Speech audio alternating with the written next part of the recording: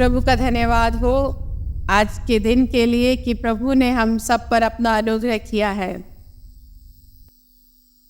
आज जो हम विषय को पढ़ेंगे सीखेंगे, आज का मेरा विषय है सपनों की दुनिया।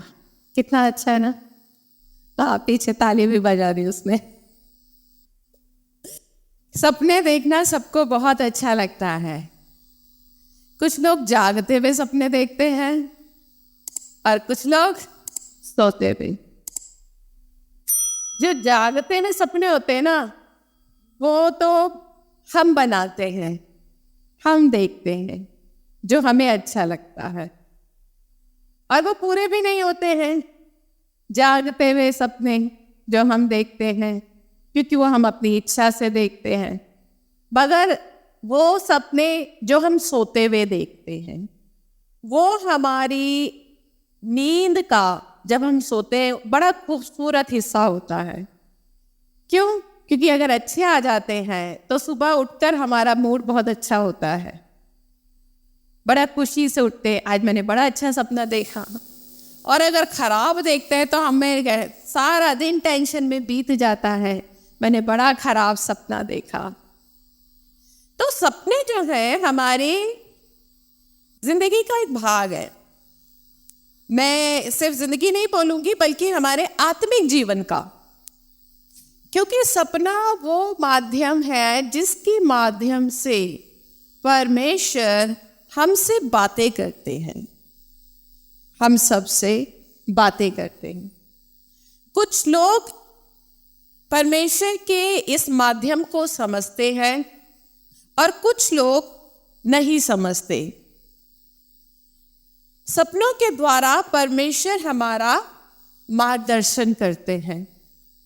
अगर हम अय्यूब की किताब को निकालते हैं, अय्यूब की किताब और उसका 33 अध्याय और उसका 15 से 17 को जब हम पढ़ते हैं तो वहां पर लिखा है, स्वप्न में या रात को दिए हुए दर्शन में जब मनुष्य घोर निद्रा में पड़े रहते हैं या बिछोने पर सोते समय, तब वह मनुष्यों के कान खोलता है और उनकी शिक्षा पर मोहर लगाता है, जिससे वह मनुष्य को उसके संकल्प से रोके और गर्व को मनुष्य में से दूर करे। हालेलुया। यहाँ पर अय्यूब की किताब बताती है कि जब मनुष्य रात को घोर निद्रा में पड़े होते हैं, जब सो रहे होते हैं, तब परमेश्वर मनुष्य के कान खोलता है। अब वो तो सो रहा है, तो परमेश्वर कान कैसे खोलता है? अब सोते समय कानों का क्या काम है? सोते समय कानों का काम है? नहीं है कोई काम। क्यों? अब यहां पर कान वर्ड आ गया है, वो कानों को खोलता है ताकि हम परमेश्वर के दिए हुए स्वप्न, यानी स्वप्न के माध्यम से जो वो बोल रहा है, स्वप्न के माध्यम से जो वो बोल रहा है, उसको हम सुन सकें। हालेलुया। अब चूंकि हमें से बहुत से लोग हैं, हमें सपन आते हैं, कईयों को तो बिल्कुल ही सपने नहीं आते, वो बहुत अच्छे हैं। अब जिनको आते हैं वो बड़े परेशान रहते हैं। अच्छे आ जाते हैं तो खुश, खराब आ जाते हैं तो मूड खराब हो जाता है। अब ये बड़ी दिक्कत है। वचन क्या कह रहा है? परमेश्वर मनुष्य के कानों को खोलता है, जिससे वे मनुष्य को उसके संकल्प से रोके और गर्व को मनुष्य में से दूर करे।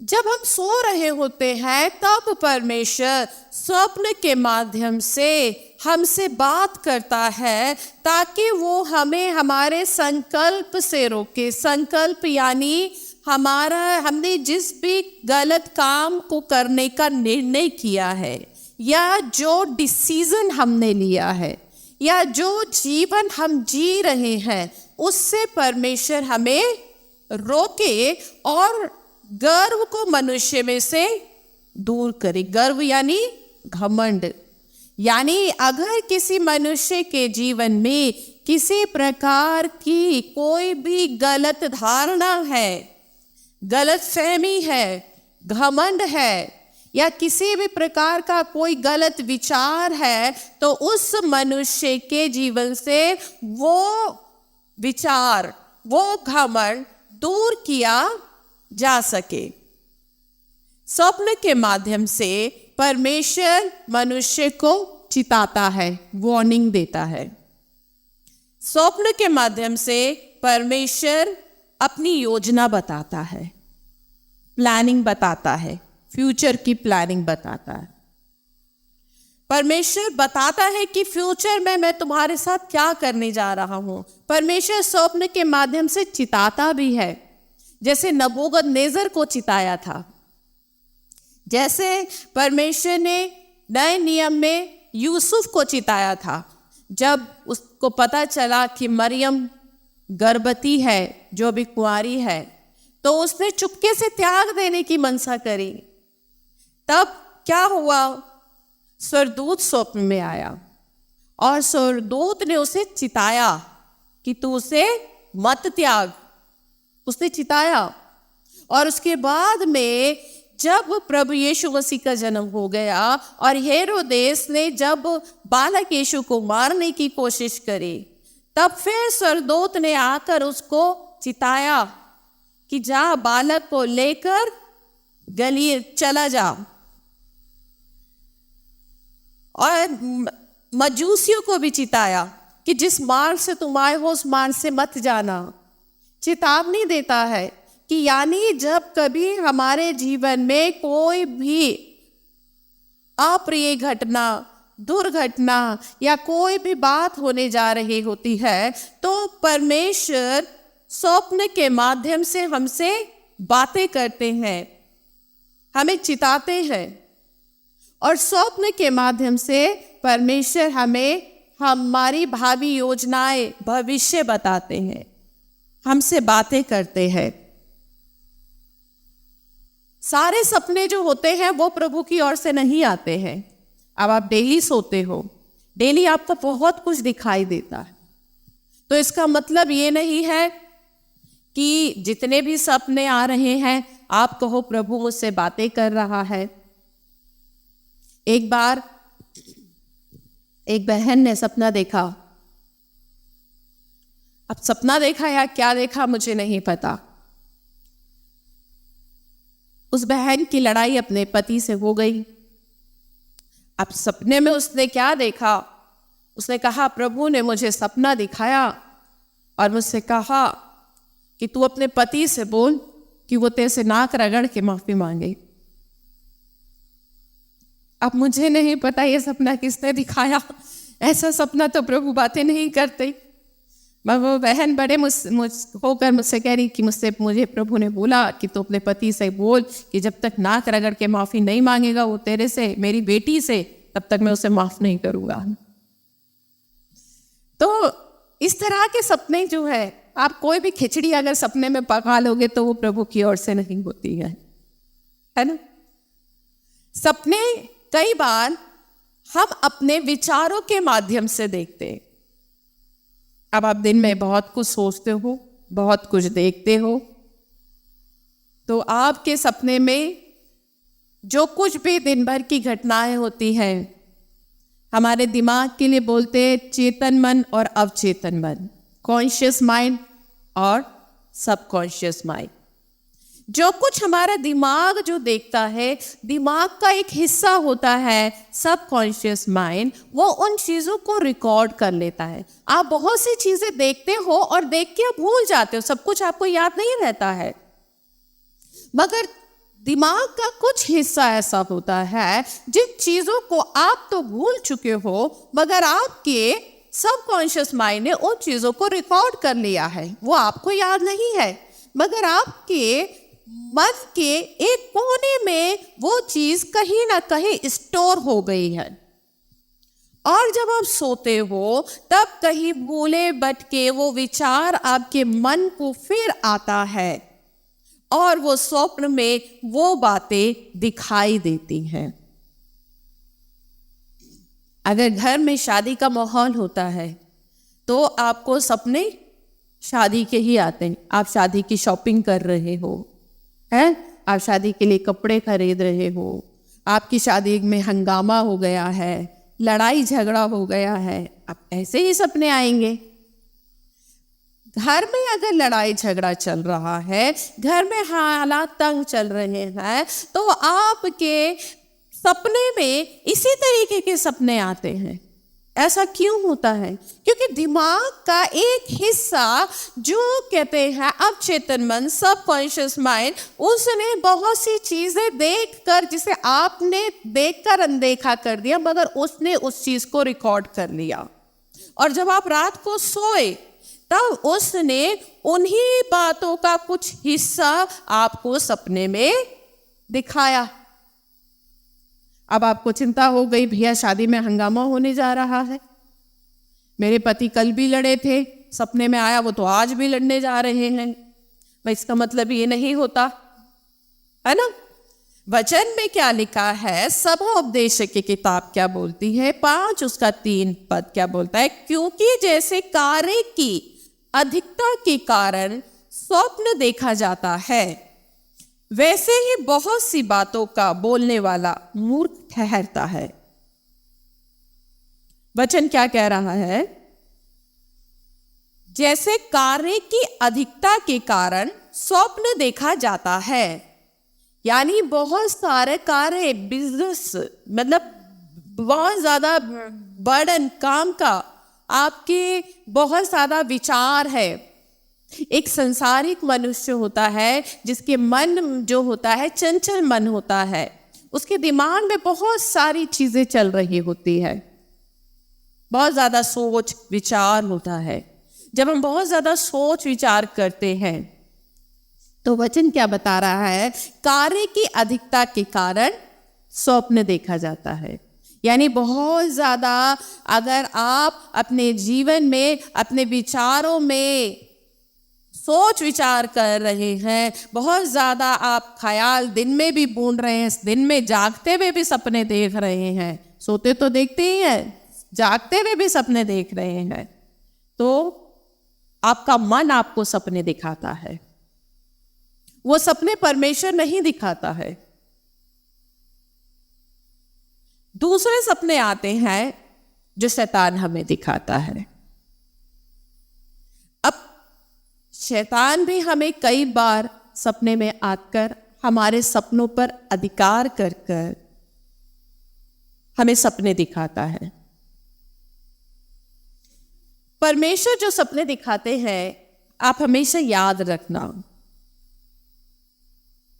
जब भी जो सपना परमेश्वर की ओर से होगा वो वचन से होगा, क्योंकि हमारा परमेश्वर वचन का परमेश्वर है, वचन से बंधा हुआ परमेश्वर है।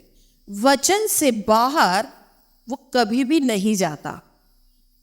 वो बात भी करता है तो वचन से बात करता है। अगर वो आपके विचारों में भी आकर बात करता है, आपकी अगुवाई भी करेगा, तो उसमें भी वो वचन के माध्यम से ही बात करेगा। कई बार लोगों के विचार होते हैं, वो अपने विचारों को ही परमेश्वर की आवाज मान लेते हैं।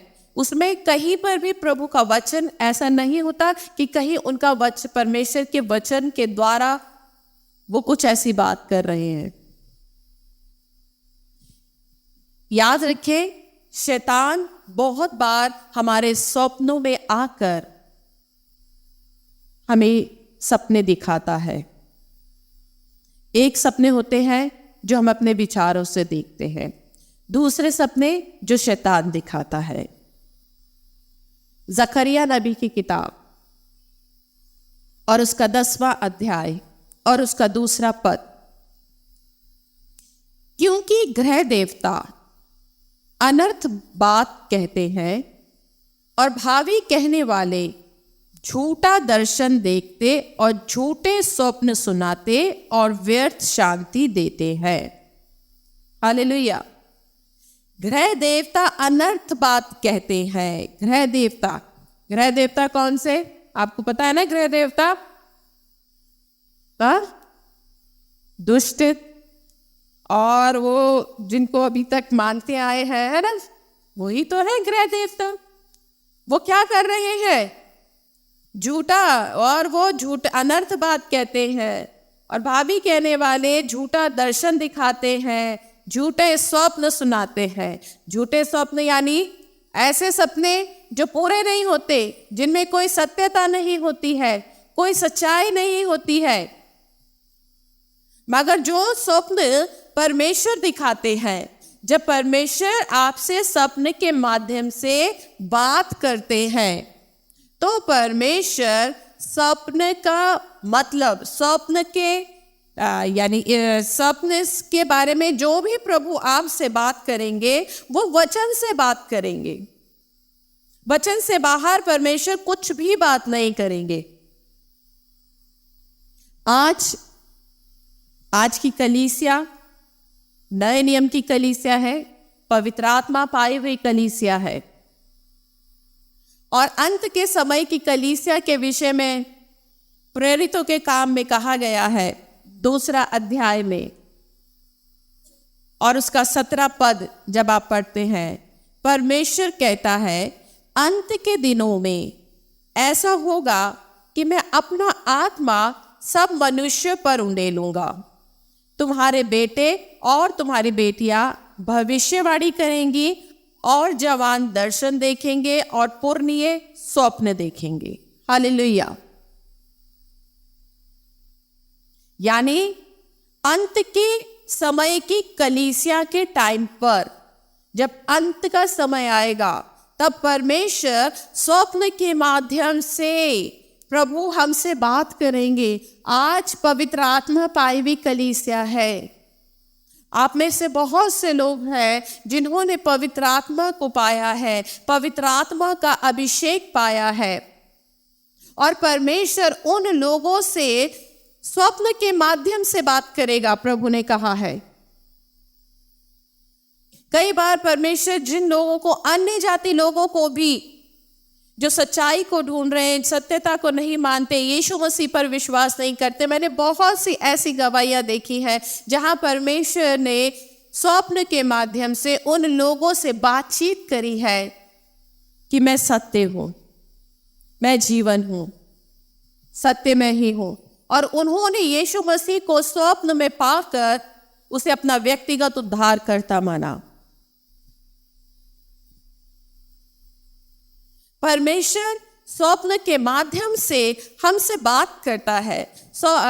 बाइबल में अगर हम देखेंगे तो बहुत से ऐसे कैरेक्टर हैं जिनसे परमेश्वर ने स्वप्न के द्वारा बात करी थी। यूसुफ को, डैनियल को, फिरौन को, नबूकदनेस्सर को, परमेश्वर ने इन सब लोगों से बातें करी, मजूसियों से बातें करी। यीशु मसीह के पिता यूसुफ से बातें करी। परमेश्वर ने इन सब से स्वप्न के माध्यम से बातें करी, और प्रभु आज भी करता है। मगर चूंकि आज की कलीसिया, बड़े अफसोस की बात है, आज की जो कलीसिया बन चुकी है वो यूट्यूब की कलीसिया बन गई है, क्योंकि वो परमेश्वर के वचन को नहीं पढ़ते, वो यूट्यूब को सुनते हैं, यूट्यूब के प्रचारकों का ज्ञान सुनते हैं। अब उन्हें परमेश्वर के वचन का इतना ज्ञान नहीं होता है जितना कि यूट्यूब के प्रचारकों का ज्ञान होता है। यूट्यूब के प्रचारक जो कुछ उनको सुनाते हैं, सिखाते हैं, वो उन पर विश्वास करते हैं, मगर जो प्रभु का वचन मानते हैं, जो प्रभु का वचन कहते हैं, वो उसको खोलने की जरा भी तकलीफ नहीं करते। अगर कलीसिया को परमेश्वर के वचन का ज्ञान हो, परमेश्वर के वचन की समझ हो, तो वो अपने सपनों का अर्थ यहां पर ढूंढेंगे। बहुत से लोग, मैंने सुना, बहुत से लोगों को ये सोच है, बहुत से मेरे प्रचारकों को सुना, जब मैंने श्रापों की भी मैंने जब श्रापों पे वचन दिया था, बहुत से मेरे पास मैसेज भी आए कि जब हम प्रभु यीशु मसीह को ग्रहण कर लेते हैं तो हमारे जीवन पे श्राप नहीं रहते। अब ये सब उनका वही ज्ञान है जो उन्होंने सीखा है, मगर अगर परमेश्वर के वचन को, मैं कहती हूँ, अगर आप स्टडी करोगे, आप परमेश्वर के वचन में अपनी जड़ बनाओगे, तो आप जानोगे। मैं यहाँ पर जो मैंने अपने जीवन के अनुभव से सीखा है, मैंने जो अपने जीवन, अपनी सेवकाई के जीवन में सीखा, मैंने वही प्रचार किया। मैंने किसी पास्टर प्रचारक से ये नहीं सीखा कि मसीह में आने के बाद भी श्राप काम करते हैं, या कोई पास्टर बोले कि मसीह में आने के बाद श्राप काम नहीं करते। मैंने जो कुछ सीखा अपने व्यक्तिगत जीवन में सीखा। कई बार बहुत से लोगों को सपने आते हैं। मैं आपको इन वचन में, ये मेरी पहला वचन है, आने वाले समय में आपको ये बताऊंगी, अगर आपके स्वप्न में आपको कैसे पता चलेगा कि शैतान की योजना आपके जीवन में काम कर रही है। अगली बार हम ये सीखेंगे। आज जो मैं आपको बताने जा रही हूँ, सपनों के बारे में सिखा रही हूँ, बता रही हूँ कि आप जानो कि अगर आज आपके जीवन में भी इस तरीके के सपने हैं तो आपको पता चले क्या कि मैं अपने सपनों को, मैं जो सपने देख रही हूँ, क्या ये परमेश्वर की ओर से है। याद रखिएगा, जब परमेश्वर कोई स्वप्न दिखाते हैं, क्योंकि वचन बोलता है परमेश्वर एक नहीं वरन 2 बार बोलता है, ठीक है। और जब फिरौन को सपना आया था कि मिस्र में अकाल आएगा, 7 साल ऐसे आएंगे जो बहुतायत के होंगे, और 7 साल ऐसे आएंगे जो अकाल के होंगे। अगर आप उत्पत्ति की किताब को निकाले,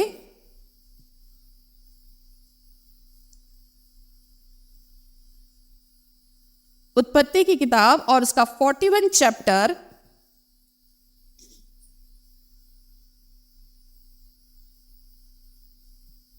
उत्पत्ति 41 और उसका 32, तब यहाँ क्या लिखा है, और फिरौन ने जो ये स्वप्न 2 बार देखा है, इसका भेद यही है कि ये बात परमेश्वर की ओर से नियुक्त हो चुकी है और परमेश्वर इसे शीघ्र ही पूरा करेगा। हालेलुया। इसका मतलब वचन क्या बता रहा है, जब परमेश्वर आपको जो स्वप्न 2 बार दिखाते हैं, आपको 2 बार आता है या मल्टीपल टाइम्स आ रहा है, तो याद रखिएगा वो बात परमेश्वर की ओर से है और वो बात निश्चय पूरी होगी। परमेश्वर के स्वप्न कभी भी वचन से परे नहीं होते हैं। अगर आप उदाहरण के तौर पर किसी जानवर को देख रहे हैं, कई बार लोग सपने में जानवर को देखते हैं, तो आप उस जानवर का मतलब निकालें कि इस जानवर का मतलब क्या है। अब पशु को देखना तो भाई गलत है। कई बार लोग कहते हैं मैंने ये देखा कि मैं कुत्ते को रोटी खिला रही हूँ या गाय को रोटी खिला रही हूँ, इसका मतलब क्या है दीदी? भैया ये तो है नहीं, रोटी का मतलब वचन और गाय का मतलब कि गाय को प्रचार करो भी, तो ठहरा नहीं है। अब आपको देखना है कि आप सपने में क्या देख रहे हो। पशु को देख रहे हो, पशु भी वचन में क्लासिफाई किया गया है। अगर आप कबूतर को देख रहे हो तो कबूतर पवित्र आत्मा को डिनोट करता है। अगर आप बब्बर शेर को देख रहे हो तो बब्बर शेर यहूदा का शेर बताया गया है। मगर अगर आप सांप को दूध पिला रहे हो तो अब भैया इसका मतलब क्या निकलता है? हाँ, शैतान को देख रहे हैं। अगर आप भेड़, वो सपने, अगर आप पशु को भी देख रहे हैं तो आप ये देखें, जिस पशु को आप देख रहे हैं बाइबल उस पशु के विषय में क्या बोल रही है? बाइबल क्या बोल रही है?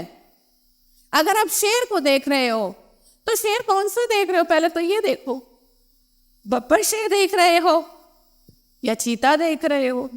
शेर देख रहे हो, कौन सा शेर? अब शेर को कैसे देख रहे हो? दहाड़ता हुआ देख रहे हो। तो इसका मतलब वचन क्या कहता है? शैतान आप ही दहाड़ने वाले शेर के समान इस खोज में रहता है ना? तो वचन को हमने कोट करना है, वचन के रेफरेंस को ढूंढना है। कई बार जो हमें सपने आते हैं वो डायरेक्ट वचन को नहीं होंगे, मगर हमें उन बातों के अर्थ को समझना है परमेश्वर की सहायता के द्वारा, प्रार्थना से, प्रार्थना करके उन बातों का मतलब निकालना है। जब मैं छोटी थी, मैं ज्यादा बड़ी नहीं थी, 18-19 साल की थी, तब अक्सर एक सपना मुझे आता था। मैं एक सपना बार बार देखती थी। हम प्रभु में थे, हमारा परिवार उस समय तक प्रभु में आ चुका था। मेरे पापा बहुत अच्छा परमेश्वर की सेवा करते थे, बहुत अच्छा वचन में बढ़ रहे थे, मेरे भाई बढ़ रहे थे, मगर परमेश्वर उस समय मुझसे सपनों के द्वारा उस समय बातें कर रहे थे। और मैं अक्सर सपने में देखती थी कि मेरे पापा, मेरे दोनों भाई, हमारे जो दादा थे उनकी उस समय तक डेथ हो गई थी, मगर मैंने सपने में देखती थी कि अभी तक मेरे पापा, मेरे भाइयों ने मेरे दादा की जो डेथ हो गई है उनकी डेड बॉडी को गाड़ा नहीं है और वो सड़ रही है, और उस सड़ी हुई डेड बॉडी को ले कर घूम रहे हैं और उसमें से बदबू आ रही है। ये सपना मैं कई बार देखती थी, कई बार, हर थोड़े दिन के बाद में। शुरुआत में मैंने इस सपने पे ध्यान नहीं दिया। मुझे नहीं पता था कि मेरे पापा प्रार्थना कर रहे थे कि परमेश्वर आप हमें आशीष दे, आप हमें बढ़ाइए। मुझे नहीं पता था। मैंने पापा को बताया कि पापा मुझे ये सपना आ रहा है, ये सपना मुझे बार बार आता है। तब मेरे पापा ने मुझे उस समय बताया कि बेटा मैं इस सपने के लिए ना प्रार्थना करूंगा और उपवास भी करूंगा, और फिर अगर प्रभु कुछ बताए तो मुझे बताना। पापा ने उस सपने के विषय में प्रार्थना करी। अभी डेड बॉडी का मतलब क्या है? मुर्दे का मतलब क्या होता है? अगर आप सपने में मरे हुए लोग देख रहे हैं, अगर आप सपने में उन लोगों को देख रहे हैं जो मर चुके हैं, आपने उनको गाड़ा नहीं, अभी तक आप उनको लेकर घूम रहे हैं। कई बार बहुत से लोग सपने में देखते हैं, ऐसे सपने आते हैं आपको, है ना? आप अपने पूर्वजों को देखते हैं, तो इसका मतलब ये होता है, मरे हुए लोगों को देखने का मतलब होता है पुराना जीवन। हम गाना गाते, मैं जो पहले मुर्दा था, वचन बताता तुम तो पहले मरे हुए थे। हम पहले संसारिक थे, मरे हुए थोड़ा थे, हम तो संसारिक थे। मगर अगर हम वचन में जाते हैं, वचन बताता है मरा हुआ जीवन संसारिकता का जीवन, आत्मिकता में मरे हुए। मरा हुआ यीशु मसीह ने क्या कहा था व्यक्ति को? हे प्रभु पहले मुझे अपने पिता को गाड़ने दे, फिर मैं तेरे पीछे हो लूंगा। यीशु मसीह ने क्या कहा? मुर्दों को अपने मुर्दे गाड़ने दे। यानी संसार मृत अवस्था में है। मुर्दा पुराना जीवन को दर्शाता है, और पुराना जीवन जो सड़ा हुआ है उसमें से बदबू आ रही है, उसको लिए फिर रहे। और किसका जीवन? दादा का। डेड बॉडी किसकी है? दादा की है। यानी दादा का पुराना मरा हुआ जीवन। अब पुराना मरा हुआ जीवन, उनकी आदतें थोड़ी ना हम लेकर चल रहे थे। तो इसका प्रभु के आत्मा, जब पापा ने लगातार इसके लिए प्रार्थना करी, तब प्रभु के आत्मा ने बताया कि पूर्वजों के श्राप जो तुम्हारे दादा की तरफ से आए। मेरे पापा ने लगातार इसके लिए फिर प्रार्थना करी, और फिर थोड़े समय बाद मैंने सपना देखा। वो डेड बॉडी जो हम लेकर घूमते थे, हर जगह जहां भी जाते थे हम डेड बॉडी को लेकर घूमते थे। इसका मतलब श्राप को हम कैरी कर रहे थे, श्राप लेकर चल रहे थे। थोड़े समय बाद मैंने सपना देखा, वो डेड बॉडी जिसे हम लेकर घूम रहे थे, अब हम उसको, मैं देख रही हूँ एक जगह, मेरे पापा, मेरे भाई लोग और मैं खड़ी हूँ, हम सब खड़े हैं और मेरे पापा उस डेड बॉडी को दफना रहे हैं। खत्म हो गई वो डेड बॉडी। इसका मतलब जो प्रार्थना उपवास मेरे पापा ने करी, उन श्रापों को दफनाना, खत्म हो जाना। ऐसे ही थोड़े समय बाद फिर परमेश्वर ने मुझे सपना दिखाया। मैं अपने आप को देखती थी। हम ढाका में रहते थे, वो मकान मेरे दादा का बनाया हुआ था। मैं अक्सर सपने में देखती थी कि मैं उस मकान में, वो बिल्कुल अंधेरे में है, खराब हालत में है, बिखरा हुआ घर, टूटा फूटा घर। याद रखिए, ये सब बातें श्राप को दर्शाती हैं। अगर आपके जीवन में भी आपको इस तरीके के सपने आते हैं, प्रभु आपको दिखा रहे हैं कि श्रापों से छुटकारा पाने की प्रार्थना करो। मैं देखती थी कि मैं दादा के उस वाले घर में हूं, मतलब ढाका के घर में हूं मैं, और टूटी फूटी हालत है, बिखरा हुआ सा, अंधेरे में बैठी हुई हूं वहां पर। मैं परेशान हो गई। मैंने प्रभु से पूछा, मैंने कहा प्रभु, ये सपना मुझे बार बार क्यों आ रहा है? मैं एक अच्छा आत्मिक जीवन जी रही हूँ प्रभु, फिर ये सपना मुझे क्यों आ रहा है? फिर परमेश्वर ने मुझे बताया वो घर किसने बनाया था। मैंने कहा प्रभु, मेरे दादा ने बनाया था। तू वहां पर है, इसका मतलब यानी तू आज भी उस परिस्थिति में, घर जीवन को दर्शाता है, यानी तू आज भी उस श्राप के जीवन में जो तेरे दादा से जुड़े हुए हैं, तू आज भी वहां पर जी रही है। प्रार्थना कर अपने लिए।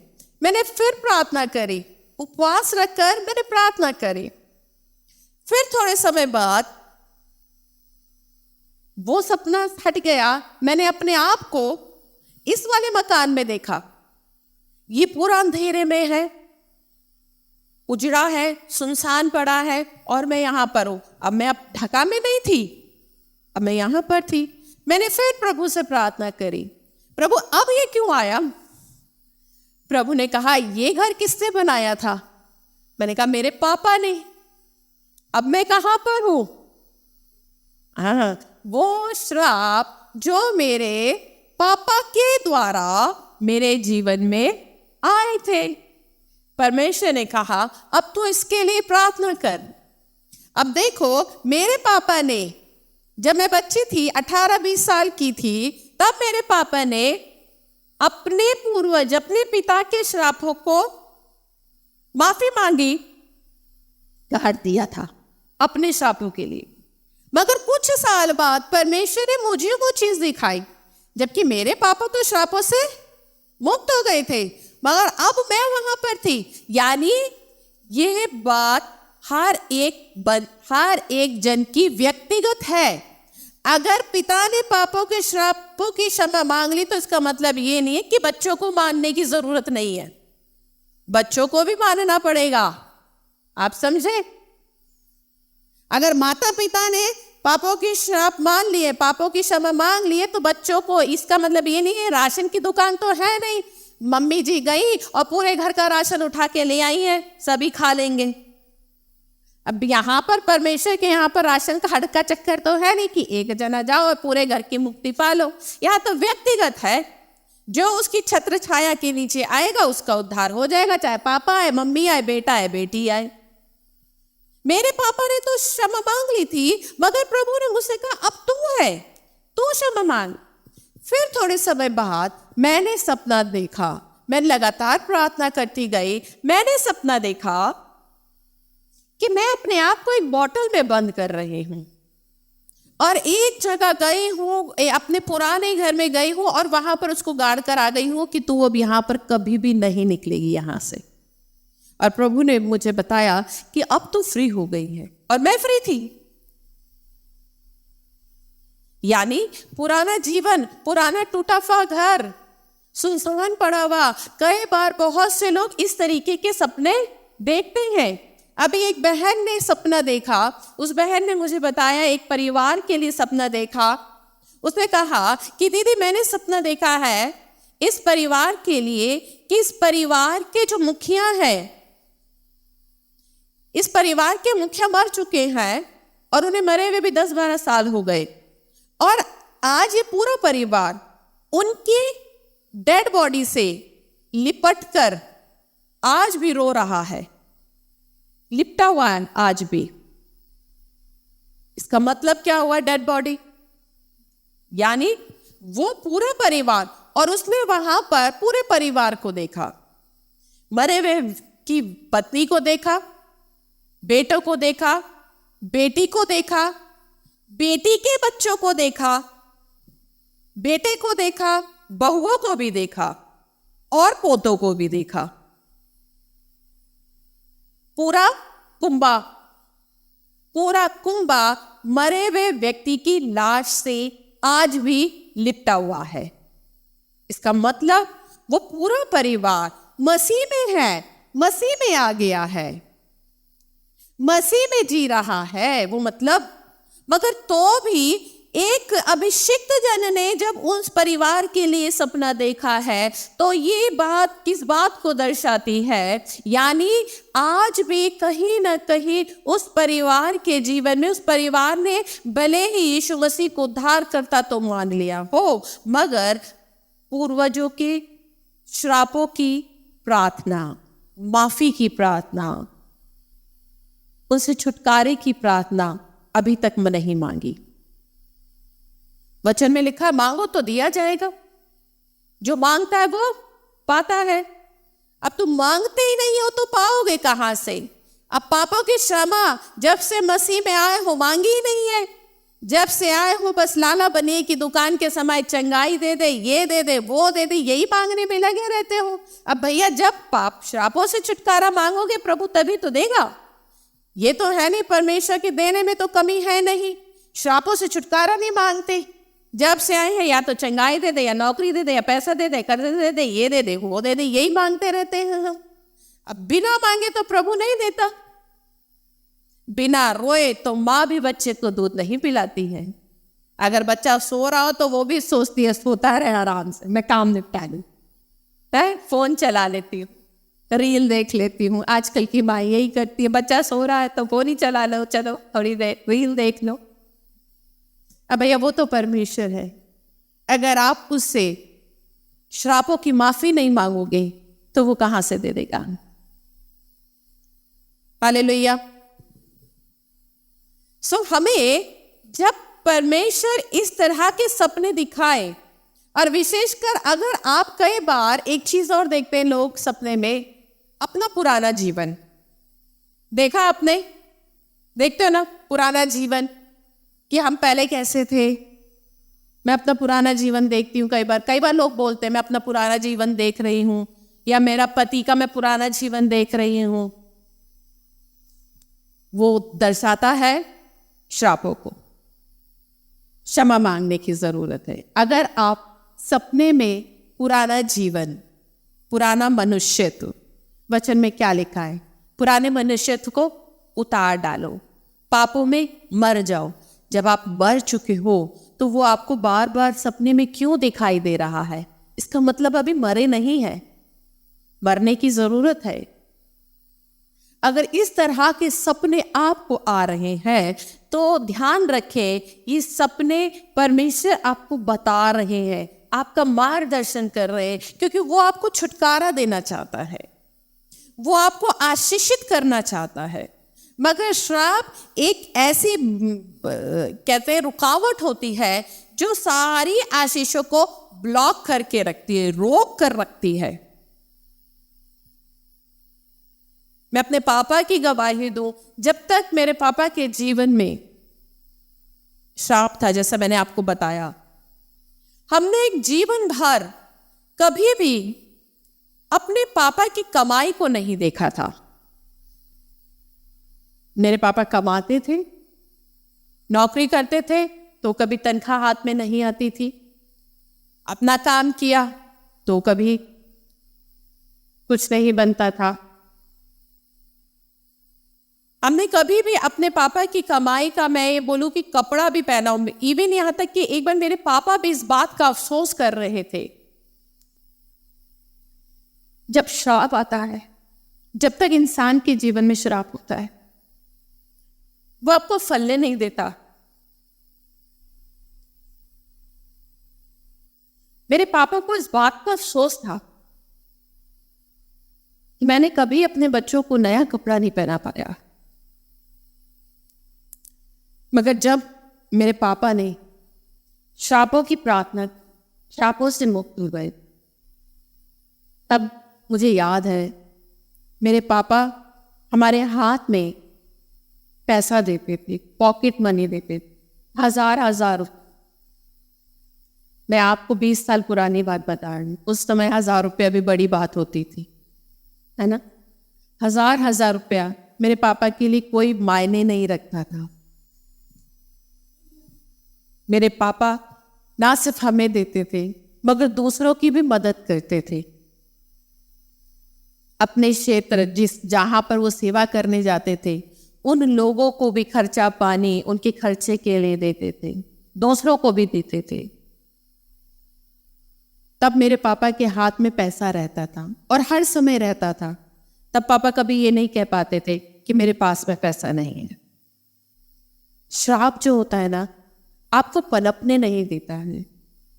और अगर परमेश्वर आपको स्वप्न के माध्यम से ये बता रहा है, इस तरीके के स्वप्न आपको दिखा रहा है, तो आप समझ जाइए कि आज भी मेरे जीवन में श्राप काम कर रहा है। मुझे उससे छुटकारे की प्रार्थना करने की ज़रूरत है, मुझे उपवास में आने की ज़रूरत है, मुझे परमेश्वर के सामने घुटनों पे माफ़ी मांगने की ज़रूरत है। क्योंकि अगर आप इन बातों को लेकर चलते रहेंगे तो मसीह में होकर भी आप फलवंत नहीं हो पाएंगे।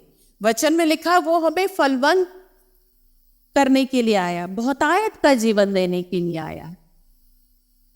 आज जो कुछ भी आप हमारी सेवा को देख रहे हैं, हमारे परिवार को देख रहे हैं, हम तभी बढ़ पाए हैं जब वो श्राप की ब्लॉकेज हमारे जीवन से निकली है। जब श्राप निकला है तब हम बढ़ना शुरू हुए हैं। सो अगर इस तरीके के सपनों के माध्यम से प्रभु आज आपसे बात कर रहा है, बता रहा है, तो उन बातों को गंभीरता से सोचो। और जो कुछ भी सपने में आता है आप परमेश्वर के चरणों में रखो, वचन में ढूंढो कि इसमें इसका क्या मतलब छिपा है, प्रभु का वचन क्या सिखा रहा है। प्रभु आप सब लोगों को आशीष। आइए हम सब लोग प्रार्थना करें। स्वर्गीय पिता, हम बहुत ही धन्यवाद के साथ आपके पवित्र चरणों के पास में आते हैं। मेरे प्रभु मैं धन्यवाद देती हूँ, आज इस स्वप्न के द्वारा आपने जो कुछ हमें सिखाया। मेरे राजा, आज आप सपने के द्वारा हमसे बातें करते हैं पिता, और ये बहुत ही भला है क्योंकि आपको अच्छा लगता है जब आप अपने लोगों का मार्गदर्शन करते हैं। हे मेरे प्रभु, आज की कलीसिया को आपके मार्गदर्शन की बहुत ज़रूरत है पिता, क्योंकि मेरे राजा आपके ज्ञान के ना होने से वो लोग नाश हो रहे हैं। मेरे पिता, आप जब इनसे बातें करते हैं, जब ये घोर निद्रा में होते हैं, तब बहुत बार ये उन स्वप्नों का अर्थ समझ नहीं पाते। मैं धन्यवाद करती हूँ कि आपने मुझ पर ये अनुग्रह किया है कि मैं आपके लोगों को इस विषय पे सिखा सकूं।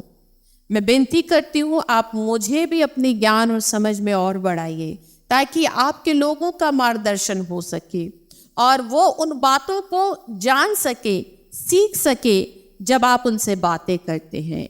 मेरे पिता, यहाँ बैठे हर एक जन को मैं आपके हाथों में सौंपती हूँ। प्रत्येक से प्रभु आप अपने वचन के माध्यम से बातें करें। हे स्वर्गीय राजा, होने दीजिए ये आपके अनुग्रह में बढ़े। जब आप बातें करते हैं ये उन बातों को समझने पाए जब ये आपके सम्मुख आए तब आप इनकी प्रार्थना को सुने और इनके जीवन को आशीष दें और इन्हें अपने में बढ़ाइए और इन्हें आशीष दें। मसीह यीशु की पवित्र सामर्थ्य नाम में इन प्रार्थनाओं को मांगते हैं। आमीन फिर आमीन।